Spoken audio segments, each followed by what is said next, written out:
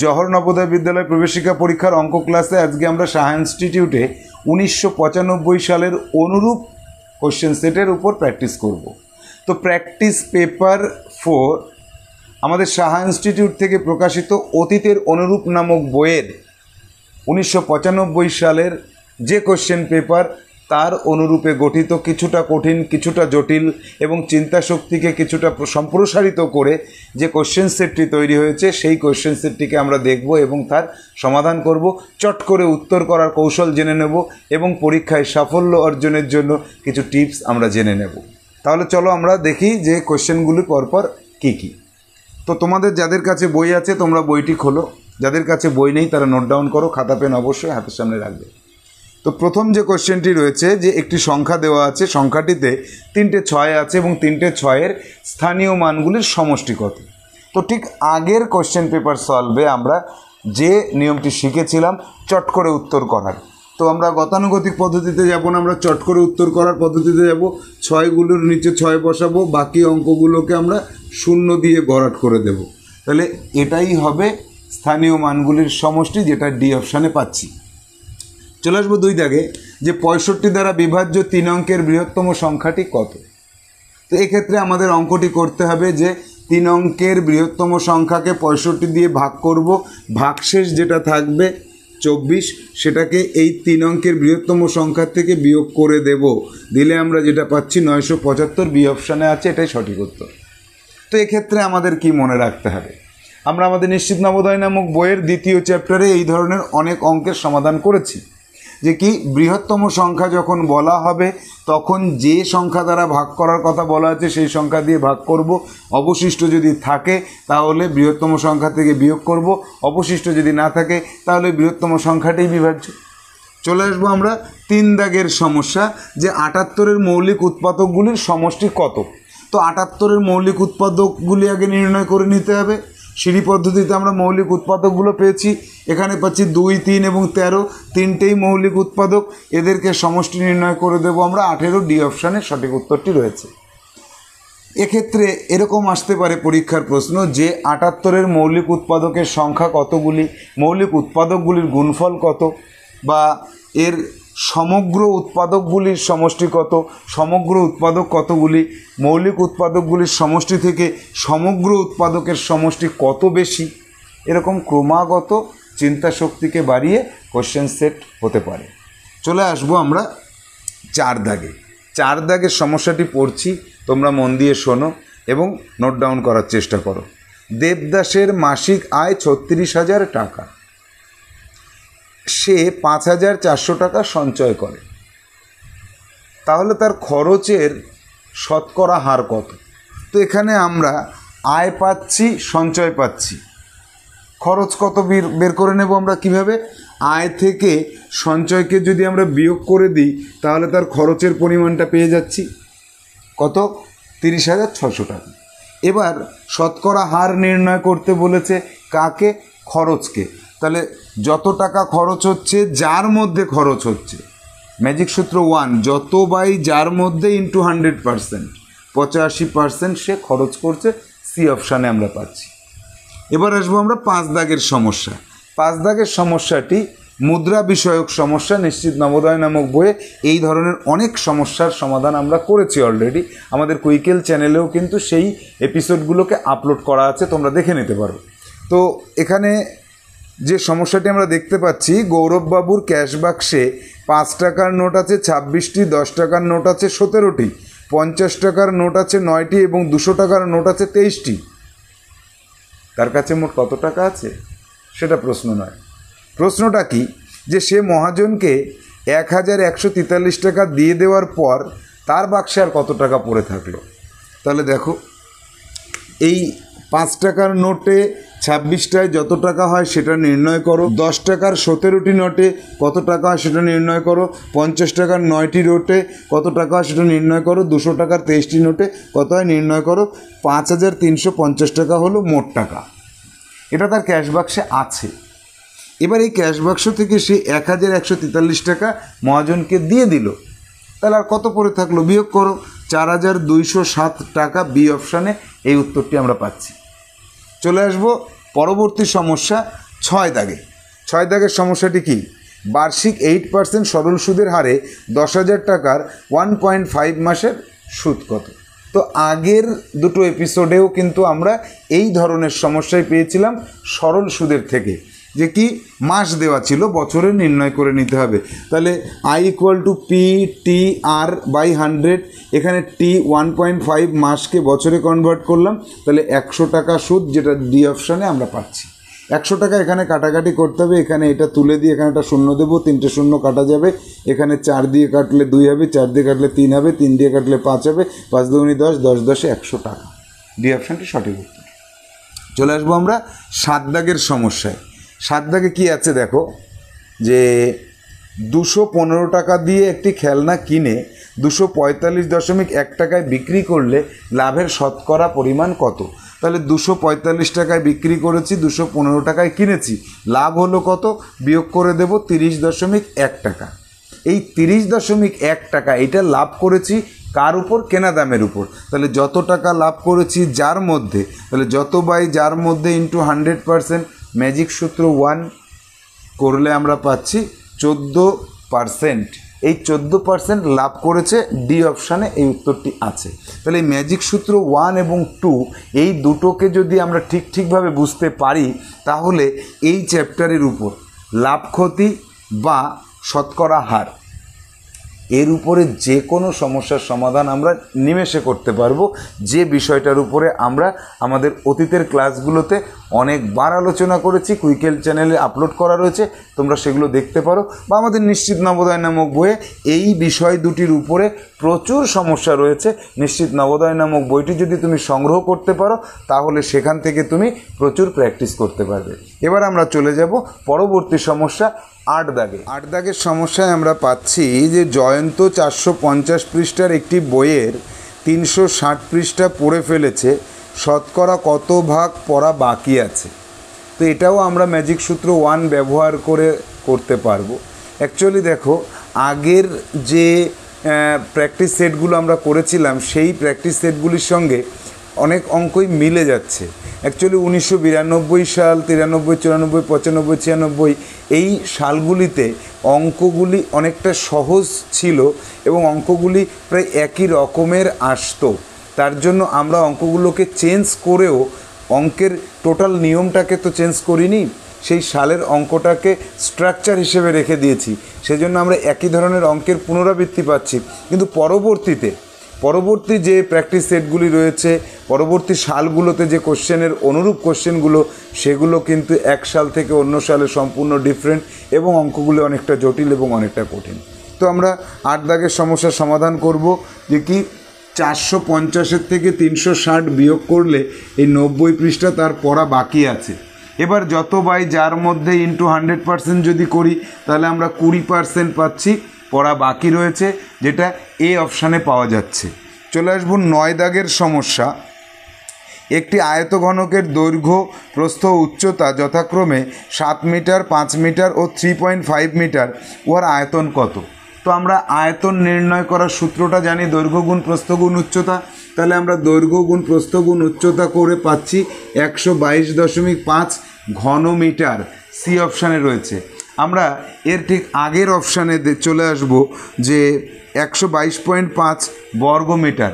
তো তুমি এই অঙ্কটা সমাধান করবে, সমাধান করার অর্থ হচ্ছে গুণ করবে, গুণফলটা নির্ণয় করে তুমি 122.5 পেলে, তুমি বি অপশানে বর্গমিটারটাকে যদি খেয়াল না করো, তাহলে কিন্তু তোমার এই পরিশ্রমটা নষ্ট হয়ে যাবে, পরীক্ষার হলে ভুল উত্তর করে আসবে।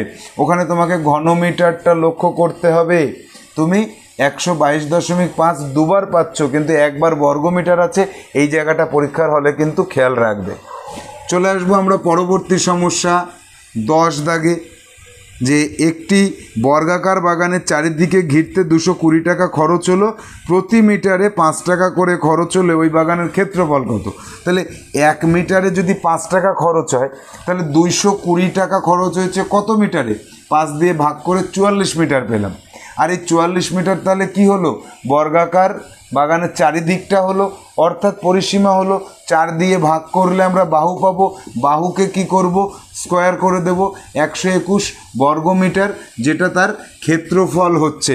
তাহলে 121 বর্গমিটার ক্ষেত্রফল যেটা আমরা পাচ্ছি সেটা সি অপশানে পাচ্ছি, অথচ বি অপশানে 121 রয়েছে, সেখানে কিন্তু ঘনমিটার রয়েছে।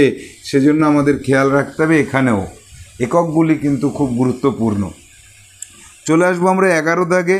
3904 অঙ্কগুলোকে একাধিকবার ব্যবহার করে বৃহত্তম যুগ্ম সংখ্যাটি কত হয়। তো দেখো 7 অঙ্কের বলেছে, তাহলে এই অঙ্কগুলোকে বড় থেকে ছোট 9430 এটা সাজালে বৃহত্তম সংখ্যাটি পেলাম, ওই অঙ্কগুলি দ্বারা গঠিত। এবার বলেছে যে কোনো সংখ্যাকে একাধিকবার ব্যবহার করা যেতে পারে, বৃহত্তম 7 অঙ্কের সংখ্যা। তো আমি সবচেয়ে বড়টাকেই যদি নিই তবেই বৃহত্তম পাবো, 3টে 9 বসিয়ে দেবো এখানে। এটা গেল বৃহত্তম যুগ্ম সংখ্যা, কেন এককের অঙ্কটি 0। এবার যদি বলতো বৃহত্তম অযুগ্ম সংখ্যাটি কত, তাহলে বৃহত্তম যুগ্ম সংখ্যা বলাতে আমরা এই অপশানে যেটা পেয়েছি এটা কারেক্ট করলাম। অযুগ্ম বললে আমাদের কি করতে হতো সেই জায়গাটা একবার দেখে নিতে হবে। তোমার এই ডান পাশ থেকে ক্রমশ বাম দিকে এগোতে এগোতে আসতে হবে। সর্বপ্রথম যে অযুগ্ম অঙ্কটি পাবে সেটাকে ধরে নিয়ে ডান পাশে বসিয়ে দিতে হবে, আর এটাকে এখান থেকে মুছে দিতে হবে। তাহলে এইটা হচ্ছে ওই অঙ্কগুলি দ্বারা গঠিত 7 অঙ্কের বৃহত্তম অযুগ্ম সংখ্যা। আর বৃহত্তম সংখ্যা হচ্ছে 3কে এই পাশে রাখবো, আর বৃহত্তম যুগ্ম সংখ্যাও এইটা। এই জায়গাটা খেয়াল রাখবে। এই টেকনিকটা যদি তুমি মনে রাখো তাহলে তোমার চিন্তা ভাবনা করার কোনো প্রয়োজন নেই। এটাকে ধরে এখানে বসিয়ে দাও, তাহলে পরীক্ষার হলে তুমি অল্প সময় সঠিক উত্তরটি করতে পারবে। চলে আসবো আমরা 12 দাগের সমস্যা। কতগুলি ভগ্নাংশ রয়েছে, এর মধ্যে বৃহত্তম কোনটি। এবার দেখো আমরা আগের একটা এপিসোডে কি দেখেছিলাম, যে উপরের রাশিগুলো সব সমান ছিল, অর্থাৎ লবগুলি সব সমান ছিল। এখানে লব হর সব আলাদা আলাদা। সেখানেই আমি বলে রেখেছিলাম যে এরকম লব হর আলাদা আলাদা আমরা পেয়ে যাব। তো আজকে পেয়ে গেছি। এটাকে কি করব, দশমিক ভগ্নাংশে প্রকাশ করব। এটাকেও দশমিক ভগ্নাংশে প্রকাশ করব, এটাকেও দশমিক ভগ্নাংশ, এটাও দশমিক ভগ্নাংশে প্রকাশ করব। এবার দশমিক ভগ্নাংশে কি আছে, 0 পয়েন্ট। এই পয়েন্টের পরে কোন অঙ্কটা সর্বপ্রথমে বড় হলো, 2, 8, 9 আর 98, এটা 9598। অর্থাৎ এই যে দশমিকের পরে সবচেয়ে বড় যে সংখ্যাটি রয়েছে, অর্থাৎ সেটা যদি সবচেয়ে বড় হয়, যাকে ভেঙে এটা পেয়েছি সেও সবচেয়ে বড় হবে। তাহলে এইটাই সবচেয়ে বড়, এটা বি অপশানে আমরা পাচ্ছি। চলে আসবো 13 দাগের সমস্যা। 13 দাগের সমস্যাটা আমি পড়ছি, মন দিয়ে শুনবে। 13 দাগের সমস্যাটি একটু ইম্পর্টেন্ট, ভেরি ভেরি ইম্পর্টেন্ট, খাতায় নোট ডাউন করে নাও। কী আছে এখানে, যে একটি বাস 4 সেকেন্ডে 10 মিটার ভ্রমণ করতে পারলে উহার গতিবেগ কিলোমিটার পার ঘন্টায় কত হয়। তো দেখো একটি বাস ভ্রমণ করছে কত, 4 সেকেন্ডে 10 মিটার। এটাকে আমরা ঐকিক নিয়মে করতে পারতাম, কিন্তু আমরা একদম শর্টে সমস্যাটি সমাধান করব। গতিবেগ চেয়েছে প্রশ্নে কিলোমিটার পার ঘন্টায়। তো আমরা প্রথমে কি করব, 10 মিটারকে 4 দিয়ে ভাগ করব, 4 সেকেন্ড দিয়ে ভাগ করব, এটাই ওর গতিবেগ। এই গতিবেগটাকে মিটার পার সেকেন্ড এককে। এবার এই 10 মিটারকে 1000 দিয়ে ভাগ করে কিমি লিখব, 4 সেকেন্ডকে 3600 দিয়ে ভাগ করে আমরা ঘন্টা লিখব।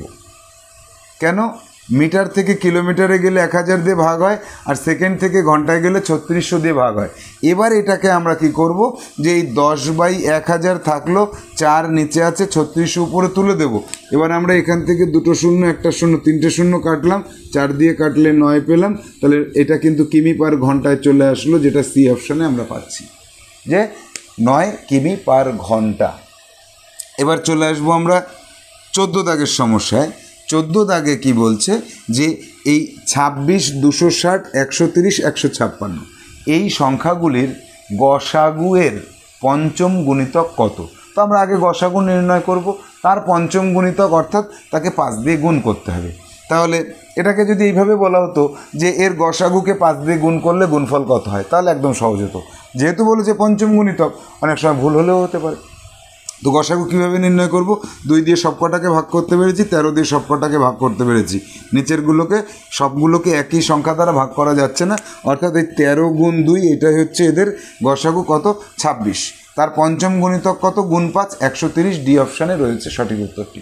15 দাগের সমস্যাটি আমরা কি দেখতে পাচ্ছি যে 2.0003 plus 20.003 plus 200.03 plus 2000.3 plus 20,003 plus 20,003। তো এই ধরনের যত যোগ বা বিয়োগ অঙ্ক আমরা পাবো আমরা উপর নিচে সমাধান করব, যেটা আমরা প্রথম ক্লাস থেকেই জেনে আসছি। তো এখানে আমরা উপর নিচে বসাবো, বসিয়ে এই ফাঁকা জায়গাগুলোতে শূন্য বসিয়ে দেব, তাহলে আমাদের যোগ করতে সুবিধা হবে। তাহলে এখানে 4টে 3 পাচ্ছি, 3 3 6 আর 2 8 পাচ্ছি, 2 2 2 পাচ্ছি, 2 আর 2 4 পাচ্ছি। তাহলে এইটা আমাদের সি অপশানে রয়েছে। উপর নিচে বসিয়ে যখনই আমরা যোগ করব তখন কিন্তু আমাদের যোগফলে ভুল হওয়ার সম্ভাবনাটা একেবারেই থাকবে না, অনেক কমে যাবে। এবার চলে আসবো আমরা 16 দাগে। 16 দাগের সমস্যায় বলছে যে 47.0945 এই যে সংখ্যাটা, এর 7 আর 9কে স্থান বিনিময় করলে যে নতুন সংখ্যা গঠন হয়, এইটার সঙ্গে এইটার পার্থক্য কত? অর্থাৎ এইটা দেখতে হবে বড় না এটা বড়।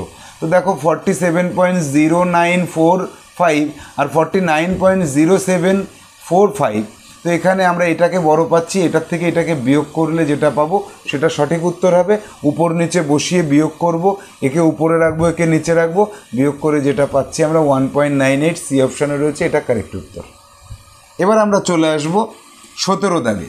70-এর 70% যোগ 80-র 80% যোগ 90-এর 90%। 70-এর 70% কথার অর্থ কি? 70 গুণ 70 ভাগ 100। 80-র 80% 80 গুণ 80 ভাগ 100। 90-এর 90% 90 গুণ 90 ভাগ 100। এখানে আমরা দুটো শূন্য করে কাটতে পাচ্ছি, একটা দুটো একটা দুটো একটা দুটো একটা দুটো একটা দুটো একটা দুটো। তাহলে 7 7 49, 8 8 64, 9 9 81, 194, এ দাগে আছে এই উত্তরটি। এবার আমরা চলে আসবো 18 দাগে, যে এই যে 0.0006, 0.6000, 0.0060, 0.0600, এদের মধ্যে সবচেয়ে বড় কোনটি? তো দশমিকের আগে দেখতে হবে কোনটা বড়।